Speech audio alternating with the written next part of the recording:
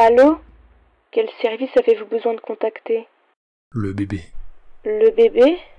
Le bébé est bleu. Quel service souhaitez-vous contacter, monsieur? Tous ont été desservis. Pouvez-vous répéter ça? Il n'est pas responsable. Pouvez-vous me dire où vous vous trouvez?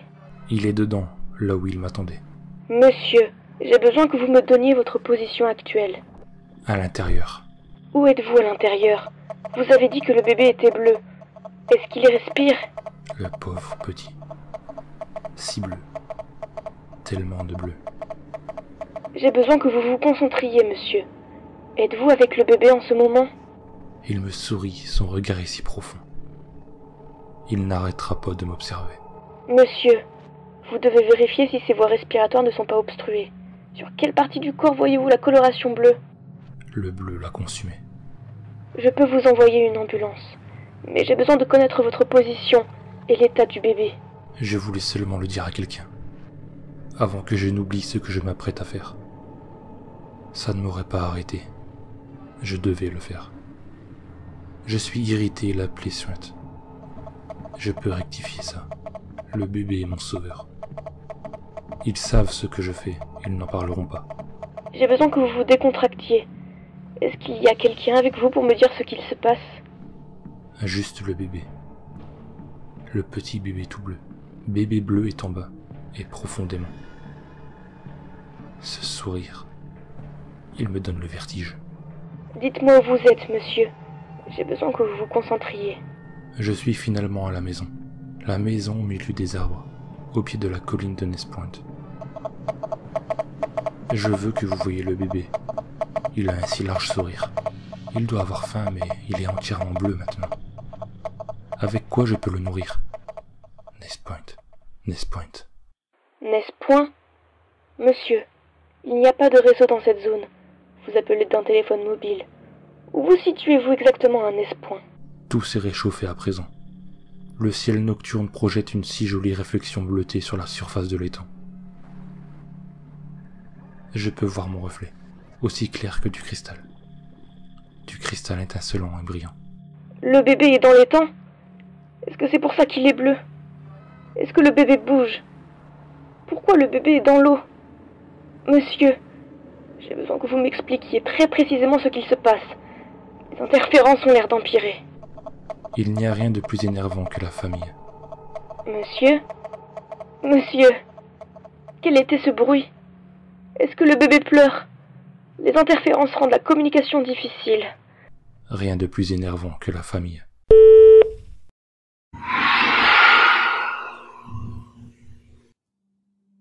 Il fait nuit, il fait sombre. Vous ne savez pas pourquoi, vous êtes dans une forêt. Vous ne vous rappelez de rien, absolument rien, sauf qu'hier soir, vous étiez chez vous. Vous vous êtes endormi devant de vieilles séries américaines.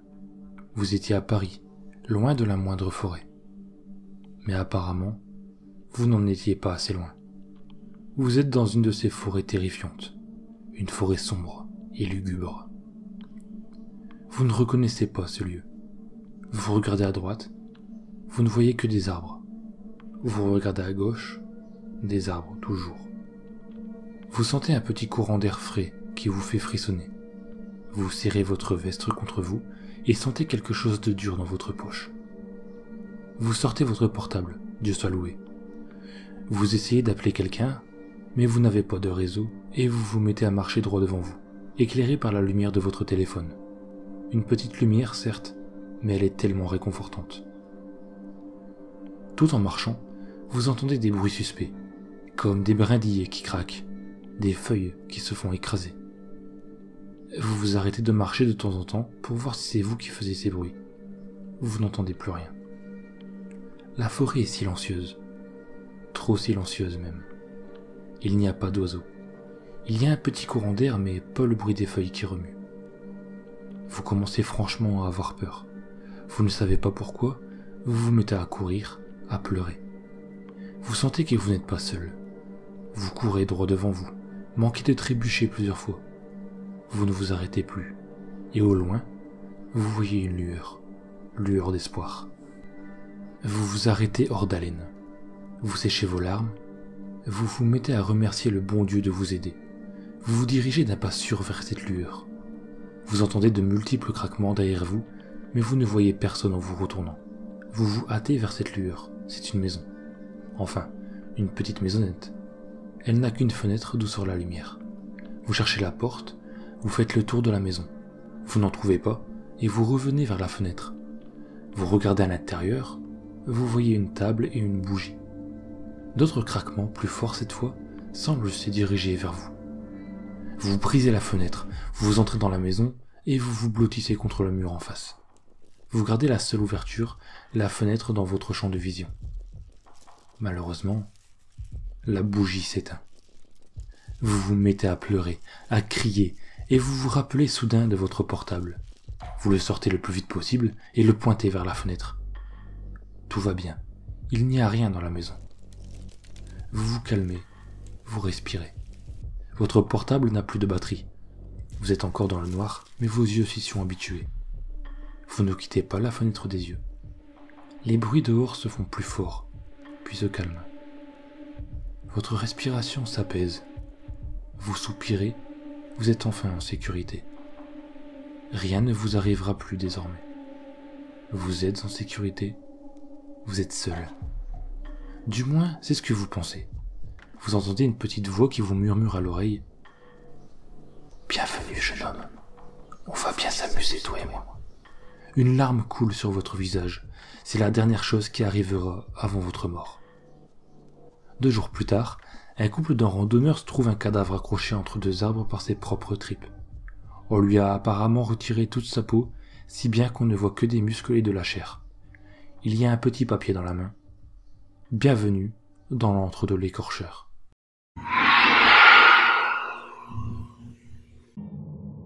Ce qu'il s'est passé cette nuit-là m'a laissé une séquelle immense.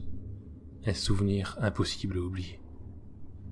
Tous ces cauchemars qui chaque nuit me rappellent distinctement ce qu'il s'est passé cette nuit de novembre.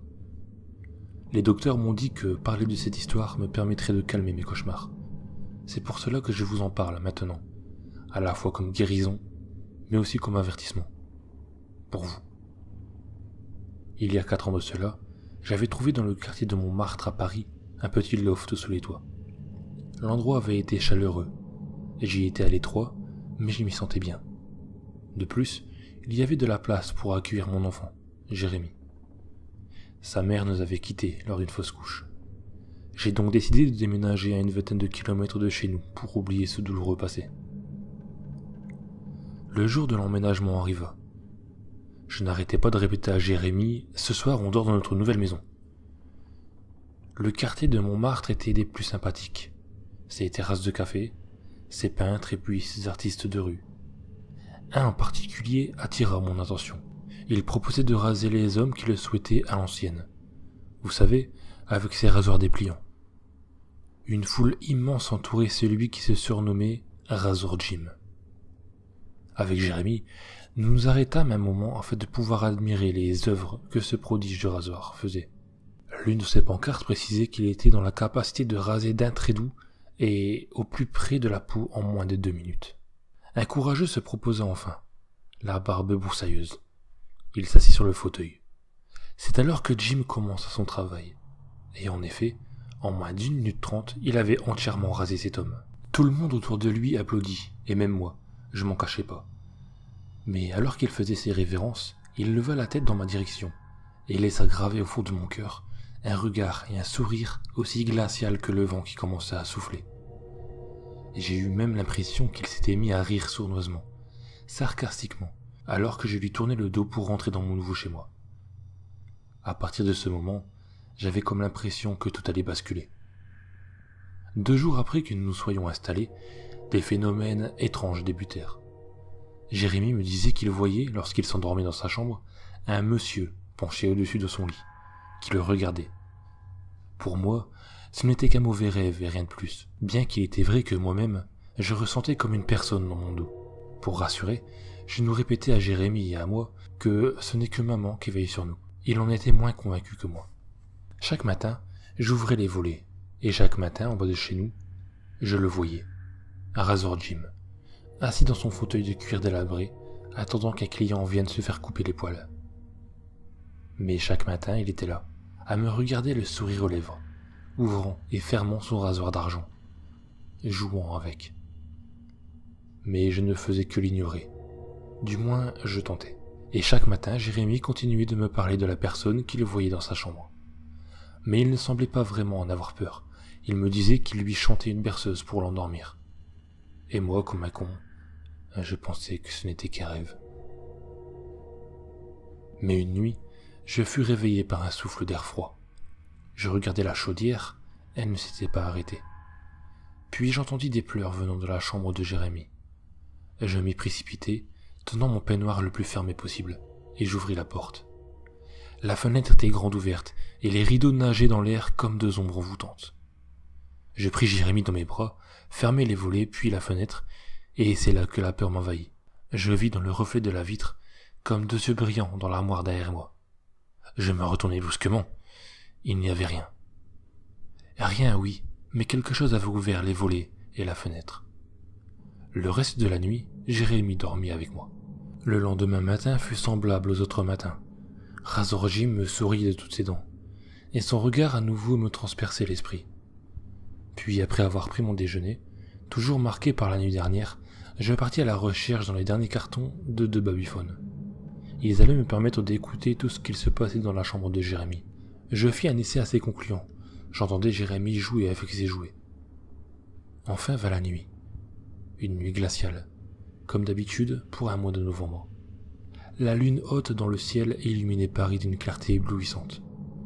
J'allais enfin me coucher, déposant un double baiser sur le front de Jérémie pour lui souhaiter une bonne nuit.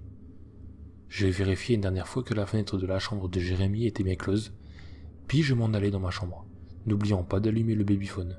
Je me couchai avec mon fusil de chasse plaqué tout contre moi. Si un cambrioleur vient entrer, qu'il entre. Je m'endormis enfin, et maintenant que j'y repense, je me dis que Jérémie aurait pu rester avec moi cette nuit encore. Je me réveillai au beau milieu de la nuit, 3h48. J'entendis un léger bruit sortant du babyphone. Je me redressai sur mon lit et écoutai attentivement. Des sortes de grattements, puis une voix chantait. Chantait une berceuse dont je n'oublierai pas les paroles. Je me levai rapidement pour aller dans la chambre de mon petit, fusil en main.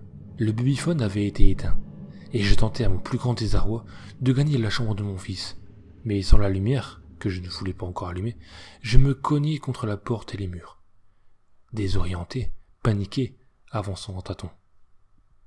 J'arrivai à la chambre de mon fils, soupçonnant que ce soit trop tard. Et c'était le triste cas. Ma panique m'avait ralenti, et l'impensable s'était produit. Je pénétrai dans la chambre, agrippant mon fusil. Un vent froid me fouettait le visage. Il était là, baignant dans la lumière de la lune et le sang de mon fils. Admirant dans la lune nacrée ses rasoirs aux reflets d'argent, d'où coulaient encore les gouttes de sang, et chantonnant « Dors, dors, jeune enfant. Ne te fais donc point de mauvais sang. Regarde mes grands, mes beaux amis. Ne t'en fais pas, ils sont gentils. Laisse-les donc caresser ta peau si douce. » Il s'arrêta, me regarda, me sourit, puis il rangea son rasoir. Se baissa près du corps éviscéré de mon jeune enfant et me dit, toujours ce sourire glacial aux lèvres: « Je ne prends que son foie. À cet âge-là, ils sont excellents. » Il se mit à rire, et c'est alors que je me suis évanoui. Le lendemain, j'étais dans une chambre d'hôpital. Un commissaire s'adressa à moi dans l'après-midi. Il savait que j'étais innocent, et il me promit qu'il retrouverait le malade qui a fait ça. Dans les semaines qui suivirent, je fus transféré dans un hôpital psychiatrique pour traumatisme sérieux. Je n'eus plus d'autres nouvelles de l'enquête. Mais dans les journaux, j'ai appris que d'autres meurtres du même type avaient eu lieu dans toute la France. Un homme assassinait de jeunes enfants de 3 à 14 ans et repartait avec leur foi. La presse et la police ne lui donnèrent pas de nom. Moi seul prononçai encore son nom dans mon sommeil. Le nom de la personne qui avait gâché ma vie. Razor Jim.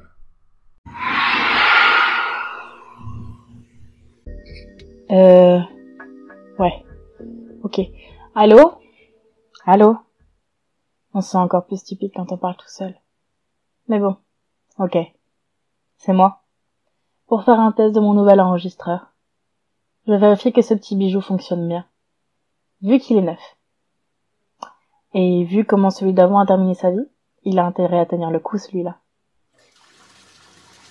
Donc, mon enregistreur va être le charmant témoin de mon heure du bain. Et ouais, pas passionnant, mais au moins c'est un bon endroit pour parler toute seule. Oui, je vous vois venir, vous les autres. Les ultra pointillés sur le sujet, pas d'appareil électrique à côté de l'eau. Ça va, j'ai laissé l'enregistreur sur le meuble à serviette et j'y touche pas. Ça vous va? Pas de remake de Clo-Clo pour ce soir. Ah, ça, c'est le pied. Ah oui, n'allez pas croire que c'est la porte d'entrée que j'ai laissée ouverte, hein. Bande de pervers. Je laisse toujours la porte de la salle de bain ouverte quand je prends une douche ou un bain. Problème de claustrophobie. C'est un comble avec mon métier, mais je m'en sors. Contrairement à mes enregistreurs. Le vendeur m'a dit que celui-là peut capter des sons qui viennent de loin, qu'il est même utilisé pour les films. Vous y croyez, vous? En tout cas, il peut pas capter à quel point le couloir est glauque jusqu'à la porte d'entrée. Ça fait 1 semaine que Tim laisse traîner et faut pourtant juste remplacer l'ampoule grillée. Tiens, quand on parle du lot. Salut chérie, j'ai complètement oublié que tu rentrais plus tôt ce soir. J'ai pas encore fait à manger. Intéressant. Je vais faire la cuisine. Oh, ok. Et qu'est-ce que tu vas cuisiner? Toi.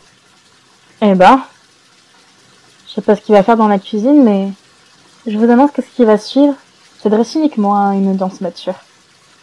J'aurais payé pour voir sa tête quand il a dit qu'il allait me cuisiner. Bon. En même temps, même si l'ampoule du couloir avait été réparée, vous vous doutez bien... j'ai pas pris mes lunettes dans le bain. J'ai aucune idée de ce que nous concocte Tim ce soir. Ah, c'est pas moi qui vais répondre.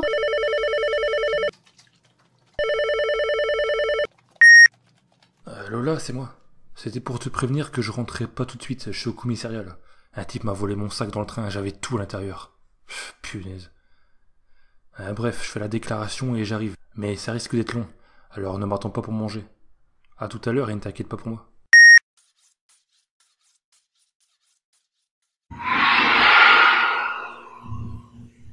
Cathy, une adolescente lycéenne en Californie, est embauchée un soir par un couple pour s'occuper de leur petite fille Kim, âgée de 6 ans.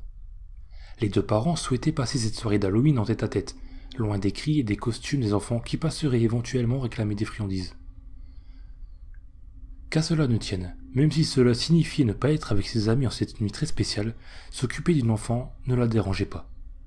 Par ailleurs, la petite s'avérait être adorable. Après que les parents soient partis et qu'elles aient regardé un de ses dessins animés préférés, les 2 filles passèrent à table. Vint le moment du dessert. Cathy débarrassa les assiettes, puis se tourna vers la petite fille. Alors, qu'est-ce que tu voudrais comme dessert maintenant? Kim ne mit pas longtemps à se décider. De la glace. À la vanille, s'il te plaît, Cathy. La babysitter lui esquissa un sourire et lui demanda. Ok. Tu sais où tes parents la rangent? Au sous-sol. Cathy se dirigea vers la porte que la fillette lui avait indiquée. La pièce était plongée dans un noir absolu, comme si la nuit dehors ne l'était pas assez. Elle entreprit de descendre l'escalier à tâtons, s'appuyant sur le mur à la recherche de l'interrupteur. Ce n'est qu'une fois arrivée en bas qu'elle sentit le contact du bouton sous ses doigts. Un flash l'aveugla un bref instant avant que la clarté ne s'atténue. L'ancienneté de l'ampoule se faisait sentir, mais elle éclairait suffisamment pour se diriger dans la pièce. Cela dit, c'était un vrai débarras.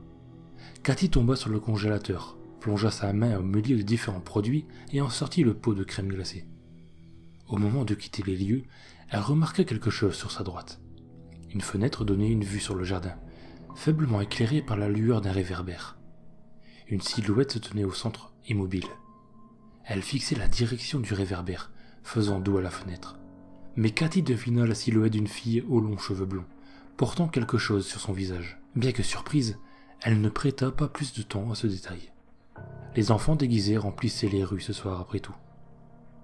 L'adolescente remonta les marches, prit un bol et servit 2 généreuses boules de glace à la jeune fille, ravie. Mais tu as oublié la crème fouettée. Amusée par la réaction de l'enfant, Cathy fit mine de prendre un air abasourdi. Bah oui, je suis bête. Et elle est où? Au sous-sol. Elle se rendit à nouveau dans la pièce, alluma l'ampoule, se dirigea vers le frigidaire et se saisit de la bombe de crème. Alors qu'elle se tenait au pied des escaliers, la forme de la fenêtre happa son attention. La silhouette qu'elle avait aperçue était toujours là, mais cette fois, elle fixait la fenêtre, et elle s'était rapprochée, suffisamment pour que l'ampoule du sous-sol l'éclaire faiblement. C'était bien une fille, le visage caché derrière un masque des plus déconcertants, rouge et noir, les yeux fins et sombres, fendus d'un sourire exhibant des crocs abominables. Cathy pressa le pas. Elle garnit le bol de crème et posa la bombe sur la table. Kim se tourna de nouveau vers sa babysitter. Et est-ce que je pourrais avoir de la sauce au chocolat, s'il te plaît, Cathy? Laisse-moi deviner. Elle est au sous-sol, non? Elle la fixa d'un air candide. Il n'en fallait pas plus pour comprendre la réponse. Une fois encore, elle descendit les marches, trouva l'armoire dans laquelle la mère rangeait les ingrédients divers, s'empara du flacon de chocolat et fit demi-tour. Mais au moment où elle s'apprêtait à sortir, un objet au sous-sol la fit trébucher. Elle se rattrapa de peu à la rambarde des escaliers, retenant un juron dans sa bouche. En se redressant, son regard se posa sur la fenêtre. L'enfant s'était à nouveau rapproché. Elle était près, si près qu'elle semblait collée à la vitre, exposant les détails de son masque hideux. Mais ce qui retient l'attention de la jeune femme, c'était le couteau de boucher que l'enfant serrait dans sa main. Un frisson parcourut l'échine de Cathy. Elle se sentait vraiment mal à l'aise. Arrivée en haut des escaliers, elle souffla pour se calmer, puis tendit le flacon à la fillette. Tadam! J'espère que mademoiselle est contente. Merci, Cathy. Mais... il manque encore les vermicelles. Maman me met toujours des vermicelles. Face au regard déconcerté que lui lançait l'adolescente, elle répliqua un sourire angélique qui vint illuminer son petit visage, jusqu'à ce que l'expression de sa babysitter s'atténue. Bon, d'accord. Mais c'est la dernière fois, hein? Tremblante, Cathy descendit rapidement les escaliers et alluma l'ampoule. Elle ne put s'empêcher de jeter un coup d'œil à la fenêtre. L'enfant avait disparu. Elle parvint à reprendre peu à peu son calme et chercha les vermicelles dans l'armoire, puis gravit les marches qui menaient à la cuisine. Une simple farce. Le sachet de vermicelle heurta le sol, déversant son contenu sur le paquet, et un cri d'effroi échappa de sa bouche quand elle découvrit Kim, la tête enfoncée dans son bol, un épais flot de sang s'écoulant le long de sa chaise pour se répandre sur le sol en une flaque écarlate, s'échappant de sa gorge tranchée vive. Les parents de la fillette ne tardèrent pas à rentrer, suivis de peu par la police. Ils trouvèrent l'adolescente terrorisée dans un coin du salon, arrivant à peine à balbutier quelques mots. Alors que les agents de police étaient parvenus à la calmer un peu et s'apprêtaient à l'interroger, la mère, toujours en proie à son désespoir, s'approcha de l'adolescente et lui demanda ce qui s'était passé. L'adolescente parvint tant bien que mal à décrire le déroulement de la soirée. Le repas, la glace, le sous-sol, la fenêtre et la fille qu'elle avait observée tout ce temps. Les yeux remplis de larmes de la mère se troublèrent d'une expression d'incompréhension et de doute, avant qu'elle ne parvienne à murmurer qu'il n'y avait jamais eu de fenêtre au sous-sol, seulement un miroir sur le mur. L'horrible histoire de l'île de Poveglia commence à l'époque romaine quand elle a été utilisée pour isoler les victimes de la malédiction du reste de la population. Quelques siècles plus tard, lorsque la peste noire s'est étendue partout en Europe, les victimes subissaient les mêmes symptômes. Dans cette île, les morts étaient empilés dans de grands trous, puis enterrés ou brûlés. Tandis que la peste se propageait, la population a commencé à paniquer, et ceux qui montraient ne serait-ce que les symptômes mineurs étaient expulsés de leur maison et envoyés sur l'île, criant de terreur. Ils ont ensuite été jetés dans ces trous remplis de corps en décomposition et ont été brûlés vifs. Hommes, femmes, enfants, ils mouraient tous dans l'agonie. Nous avons estimé que cette période, plus de 160 000 habitants avaient été transportés sur cette petite île et y avaient laissé la vie, peu de temps après. Mais il y a eu plus inquiétant que cela. En 1922, l'île est devenue un hôpital psychiatrique. Des patients ne tardèrent pas à faire savoir qu'ils voyaient des fantômes de ceux morts pendant la peste noire et entendaient des cloches sonner. Ils restaient éveillés tout au long de la nuit pour écouter leurs pleurs et essayer de les apaiser. Ces patients étaient déjà considérés comme fous et personne ne les croyait. Les plaintes de ceux qui ne supportaient plus ces voix ont donc tous été ignorées. Pour apaiser l'angoisse des patients, un de leurs médecins a commencé à faire des expériences pour trouver un remède à cette folie. Des lobotomies ont été faites sur les patients en utilisant des outils rudimentaires comme des perces à main, des ciseaux ou des marteaux. Ces patients, même s'ils n'étaient pas sous les soins du médecin, ont continué à entendre des voix. Les autres étaient torturés et soumis à des choses inhumaines. Selon la légende, Après de nombreuses années d'actes immoraux, le médecin a commencé à entendre en permanence les cloches et les esprits torturés pendant la peste noire. On raconte que ces esprits l'ont rendu fou et l'ont poussé à se jeter du haut du beffroi. La chute ne l'a pas tué sur le coup, selon une infirmière qui avait assisté à la scène, mais elle affirme qu'il gémissait de douleur sur le sol jusqu'à ce qu'une brume rose vienne le faire suffoquer à en mourir. Une rumeur dit que son corps est présent dans le beffroi, sous terre, et que si vous vous y rendez la nuit, vous pouvez encore entendre sa chute et ses cris de douleur. Après cet accident, l'hôpital ferma ses portes. Il fut un temps où le gouvernement italien était propriétaire de l'île, mais il finit par la vendre. Le nouveau propriétaire a abandonné les lieux dans les années 1960 et a été la dernière personne à y vivre jusqu'à aujourd'hui. Une famille a récemment acheté le site et y a construit une maison. Mais la première nuit passée à l'intérieur les a contraints à quitter l'île et ils ont refusé de parler de ce qu'il s'était passé. La seule information concrète est que leur fille avait tailladé son visage et avait pour ça reçu 14 points de suture. Aujourd'hui, Poveglia est inhabité et le tourisme y est strictement interdit. Parfois, sur les rivages des plages de la région, on retrouve des os qui étaient normalement enterrés sur l'île. Différents médiums avaient déjà visité l'île illégalement, mais tous étaient partis effrayés par ce qu'ils avaient ressenti. Parfois, des aventuriers se cachaient des patrouilles régulières sur l'île pour pouvoir visiter les lieux tranquillement. Mais une fois en place pour partir explorer l'endroit, ils changèrent presque tous d'avis, disant que l'atmosphère sur cette île était pesante et glauque. Certains affirmèrent même avoir entendu les cris et les pleurs des torturés, ce qui rendait leur séjour sur l'île insupportable. Un homme qui se disait béni de toutes choses a témoigné de sa visite de l'hôpital abandonné sur l'île, disant qu'il avait entendu une voix mystérieuse venue d'on ne sait d'où. Elle aurait prononcé ces mots « Partez » et ne revenez jamais. C'était il y a 1 an. Je traînais sur Dig sans rien trouver de très intéressant, jusqu'au moment où quelque chose attira mon regard. Peut-être parce que tout était écrit en majuscules. Animal Crossing copie de lancement ne peut utiliser. Curieux de voir de quoi il retournait, je cliquais. Aucun commentaire, aucune approbation. La description disait « Pour savoir si comme moi vous avez une des copies de lancement d'Animal Crossing, regardez sur la boîte s'il y a un pixel rouge quelque part. Si oui, allez chez Tom Nook, ouvrez la cheatbox et ne tapez que des 6. Amusez-vous bien. » Il y avait aussi un lien censé mener sur un site. Je cliquais dessus mais le fameux site n'était qu'une page noire. Je me souviens quand Animal Crossing est sorti, j'étais petit. J'étais tellement impatient de la sortie de ce jeu que ma mère me l'acheta le jour de sa sortie. J'ai pris la boîte et la passé dans mon scanner. Après une dizaine de minutes, je trouvais finalement le fameux pixel rouge qui n'avait rien à faire ici. Il était juste à droite du logo, carte mémoire 59 blocs inclus. Je pris le disque, le mis dans ma GameCube et démarrai le jeu. Je chargeais ma partie habituelle et j'allais chez Tom Nook. Je suivais les consignes vues sur Dig et j'entrais uniquement des 6 dans la cheatbox.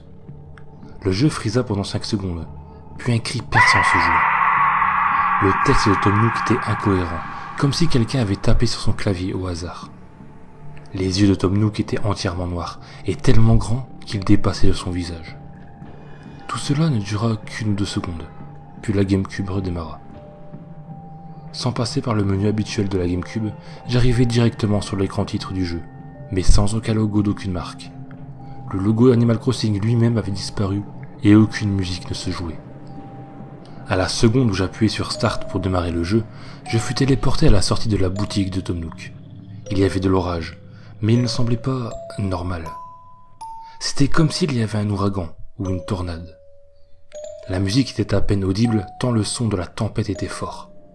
Mais en me concentrant, je me rendis compte que je n'avais jamais entendu cette musique dans le jeu. On aurait dit une musique jouée à l'envers. Je passais derrière ma maison, et juste après avoir dépassé le panneau d'affichage, l'écran devient noir, et une cinématique se déclencha.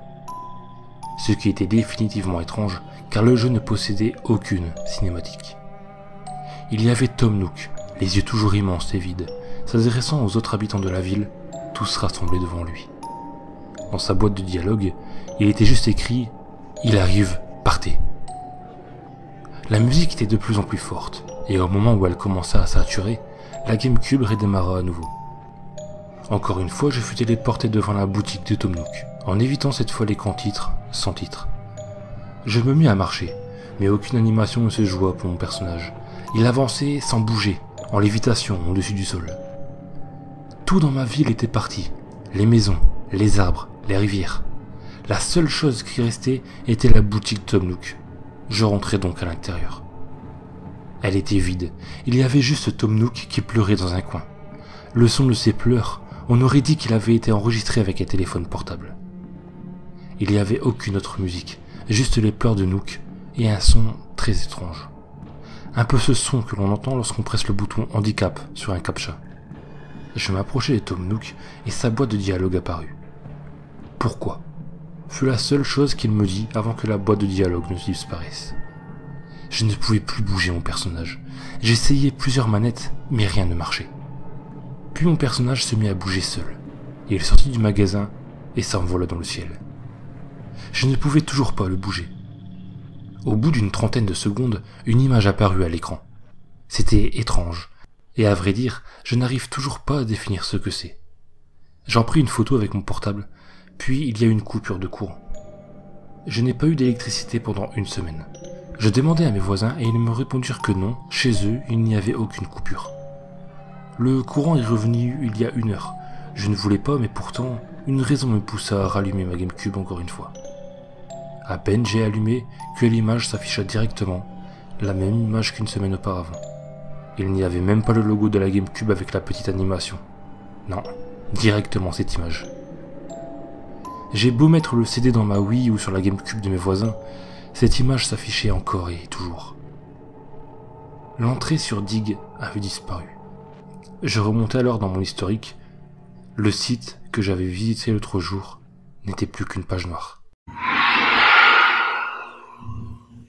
Il était une fois une princesse coincée dans un donjon, gardée par un immense dragon. Dans un pays très lointain, un prince apprit cette histoire d'un inconnu et décida d'aller délivrer cette princesse et de se marier avec elle ensuite. Il enfourcha donc son cheval et parcourut plusieurs centaines de kilomètres pour enfin arriver au donjon. Comme dans l'histoire, il voyait une petite fenêtre tout en haut de celui-ci, qui donnait sur la chambre de sa bien-aimée. Bizarrement, aucune trace du dragon. Pensant à un piège, il entra doucement dans le donjon par une petite porte en bois. Tout paraissait normal. Il se mit en route. Au fur et à mesure qu'il montait, les marches étaient recouvertes d'un liquide rouge très foncé. Au bout de quelques minutes, le prince décida de faire une pause. Il ne savait absolument pas à quel étage il se trouvait, et aucune fenêtre ne pouvait lui indiquer sa hauteur. Il se rendit compte que malgré l'absence de fenêtre, l'escalier était très bien éclairé, comme si une lumière émanait des murs. Il dégaina son épée, prêt à se défendre face à un quelconque piège, puis se remit en route.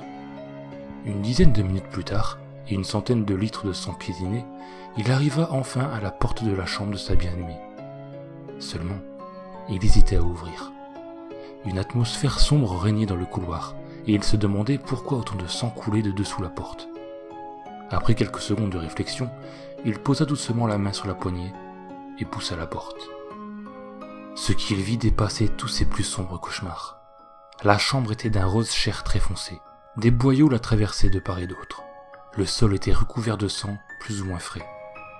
En son centre se trouvait la princesse. Elle était assise par terre et ne bougeait plus. Le prince observait la pièce d'un air dégoûté et affolé. Ses yeux s'arrêtèrent sur la femme. Ses longs cheveux blonds traînaient sur le sol et étaient recouverts de sang. Elle commença à se retourner. Le prince resta figé. La princesse avait un magnifique visage, blanc comme ceux des poupées de porcelaine, et taché de sang. Ses yeux n'avaient pas d'iris, et la pupille prenait la totalité de l'œil, rendant celui-ci noir. Le prince se perdit dans son regard profond. Il retrouva tout de même ses esprits et commença à courir en dehors de la chambre. La princesse inclina la tête de quelques degrés, et la porte se ferma devant le prince. Lorsqu'il se retourna, la princesse se trouvait juste en face de lui, et le dévisageait. Le prince disparut, dans un cri horrible, rempli d'effroi. Vous l'avez sans doute compris, la vérité n'est pas aussi belle que le conte de fées.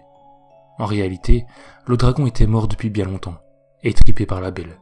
Cette dernière avait aussi tué et éventré tous les princes venus la sauver. Je ne voyais pas où d'autres poster ces histoires, donc je me suis dit que je allais les partager ici. Ça fait quelques années maintenant, que je suis un agent en recherche et sauvetage, SAR. Et au cours de ma carrière, j'ai vu certaines choses qui pourraient vous intéresser. En voici quelques-unes.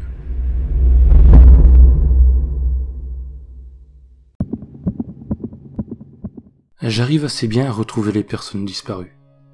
La plupart du temps, elles s'aventurent juste en dehors du sentier, ou tombent d'une petite corniche, et elles ne parviennent pas à retrouver leur chemin. La majorité d'entre elles connaît les vieux principes de « restez où vous êtes », et elles ne partent pas loin. Mais j'ai eu 2 exemples où ça n'a pas été le cas. Les 2 me dérangent beaucoup, et je m'en sers pour me motiver à travailler encore plus dur sur les affaires de disparition où on m'appelle. Le premier cas était celui d'un petit garçon parti cueillir des baies avec ses parents. Lui et sa sœur étaient ensemble, et ils ont tous 2 disparu au même moment. Leurs parents les ont perdus de vue pendant quelques secondes, et apparemment c'était assez pour que les enfants s'éloignent. Comme leurs parents ne parvenaient pas à les trouver, ils nous ont appelés, et nous sommes venus fouiller la zone. On a trouvé la fille assez rapidement, et lorsqu'on lui a demandé où était son frère, elle nous a dit qu'il avait été emporté par l'homme ours. Elle a dit qu'il lui avait donné des baies, et qu'il lui avait dit de rester silencieuse, qu'il voulait jouer avec son frère pendant un moment. La dernière fois qu'elle avait vu son frère, il était sur les épaules de l'homme ours, et il avait l'air calme. Bien sûr, on a d'abord pensé à un enlèvement, mais on n'a jamais trouvé la trace d'un autre être humain dans la zone. La petite fille insistait aussi sur le fait qu'il n'était pas comme les autres hommes, qu'il était grand et couvert de poils comme un ours, et qu'il avait un visage étrange. On a fouillé les environs pendant des semaines. C'était une des plus longues affaires sur laquelle j'ai travaillé de ma vie. Mais on n'a jamais trouvé la moindre trace de ce gosse. L'autre était une jeune femme qui faisait de la randonnée avec sa mère et son grand-père. D'après la mère, sa fille avait grimpé à un arbre pour avoir une meilleure vue de la forêt. Et elle n'en était jamais redescendue. Ils ont attendu en bas de l'arbre pendant des heures, en l'appelant avant de demander de l'aide. Une fois encore, on a cherché partout, et on n'a jamais trouvé la moindre trace d'elle. Je n'ai aucune idée d'où elle a bien pu aller, parce que ni sa mère ni son grand-père ne l'ont vu redescendre. Il m'est arrivé quelquefois de chercher des gens seuls avec un chien, et que ce dernier m'ait directement conduit à une falaise. Pas des collines, ni même des parois rocheuses, des falaises à pic, sans aucune prise. C'est toujours déconcertant, et dans ce cas, on peut très bien trouver la personne de l'autre côté de la falaise, comme à des kilomètres de l'endroit où le chien nous a menés. Je suis certain qu'il y a une explication, mais c'est quand même un peu bizarre. Une affaire particulièrement triste impliquait de récupérer un corps. Une fillette de 9 ans était tombée dans un talus, et s'était empalée sur un arbre mort. C'était un accident insolite, mais je n'oublierai jamais le son qu'a émis la mère lorsqu'on lui a annoncé ce qui s'était passé. Elle a vu le sac mortuaire être chargé dans l'ambulance, et elle laissa échapper le hurlement le plus déchirant, le plus marquant que j'ai jamais entendu. C'était comme si sa vie entière s'effondrait autour d'elle, et qu'une part d'elle-même était morte avec sa fille. J'ai appris d'un autre agent SAR qu'elle avait mis fin à ses jours quelques semaines après l'événement, qu'elle ne pouvait pas vivre avec la perte de sa fille. Je faisais équipe avec un autre agent SAR, parce qu'on avait reçu des rapports indiquant la présence d'ours dans la région.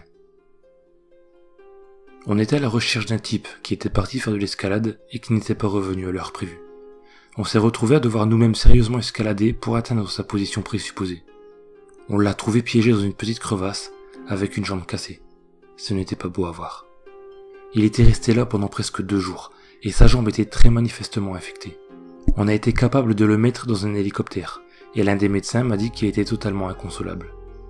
Il n'arrêtait pas de raconter comment il se débrouillait bien, et qu'une fois arrivé au sommet, un homme était là. Il disait que le gars n'avait pas d'équipement d'escalade, qu'il portait une parka et un pantalon de ski. Il s'est approché de l'homme, et quand ce dernier s'est retourné, notre blessé affirmait qu'il n'y avait pas de visage. Il n'y avait juste pas de traits. Il a paniqué et a voulu descendre de la montagne trop vite, c'est pourquoi il est tombé. Il disait qu'il pouvait entendre l'homme toute la nuit, descendant de la montagne et poussant ses horribles cris étouffés. Cette histoire m'a vraiment dérangé. J'étais content de ne pas avoir été présent pour entendre ces cris. Une des choses les plus effrayantes qui me soit arrivée, s'est produit lors de la recherche d'une jeune femme qui avait été séparée de son groupe de randonnée. On est resté dehors jusqu'à tard le soir parce que les chiens avaient senti son odeur. Lorsqu'on l'a trouvée, elle était roulée en boule sous une grosse bûche pourrie. Il lui manquait ses chaussures et son sac, et elle était manifestement en état de choc. Elle n'était pas blessée, et on a pu la ramener à pied à la base des opérations. Le long du chemin, elle n'a pas arrêté de jeter des regards en arrière, et de nous demander pourquoi ce grand homme avec les yeux noirs nous suivait. On ne voyait personne, alors on a juste supposé que c'était une sorte de symptôme bizarre lié au choc. Mais plus on se rapprochait de la base, plus elle devenait agitée. Elle ne cessait pas de me demander de lui dire d'arrêter de lui faire des grimaces. À un moment, elle s'est arrêtée et s'est retournée pour crier dans la forêt, disant qu'elle voulait qu'il la laisse tranquille. Elle n'allait pas le suivre, poursuivait-elle, et elle n'allait pas nous donner à lui. On est finalement parvenu à la remettre en marche, mais on a commencé à entendre tous ces sons étranges qui provenaient de partout autour de nous. C'était presque comme des bruits de tout, mais plus rythmés et plus graves. C'était presque comme des insectes, je ne vois pas vraiment comment les décrire autrement. Une fois en vue de la base, la femme s'est tournée vers moi, et ses yeux étaient écarquillés. Elle me touche l'épaule et dit « Il dit de vous dire de vous dépêcher, il n'aime pas regarder la cicatrice sur votre nuque. » J'ai une très petite cicatrice à la base de ma nuque, mais c'est en grande partie caché par mon col, et je n'ai aucune idée de comment cette femme a pu la voir. Juste après qu'elle l'ait dit, j'ai entendu cet étrange tout juste à côté de mon oreille, et j'ai failli sursauter. Je l'ai poussé vers la base, essayant de cacher à quel point j'avais les jetons. Mais je dois bien avouer que j'étais soulagé de quitter la zone cette nuit. C'est la dernière que je vais vous raconter, et c'est probablement la plus bizarre que j'ai à offrir. Alors j'ignore si c'est vrai dans toutes les unités de recherche et sauvetage, mais dans la mienne, c'est une sorte de tabou que l'on rencontre assez communément. Vous pouvez essayer d'en parler avec d'autres agents SAR, mais même s'ils savent de quoi vous parlez, ils n'en diront rien.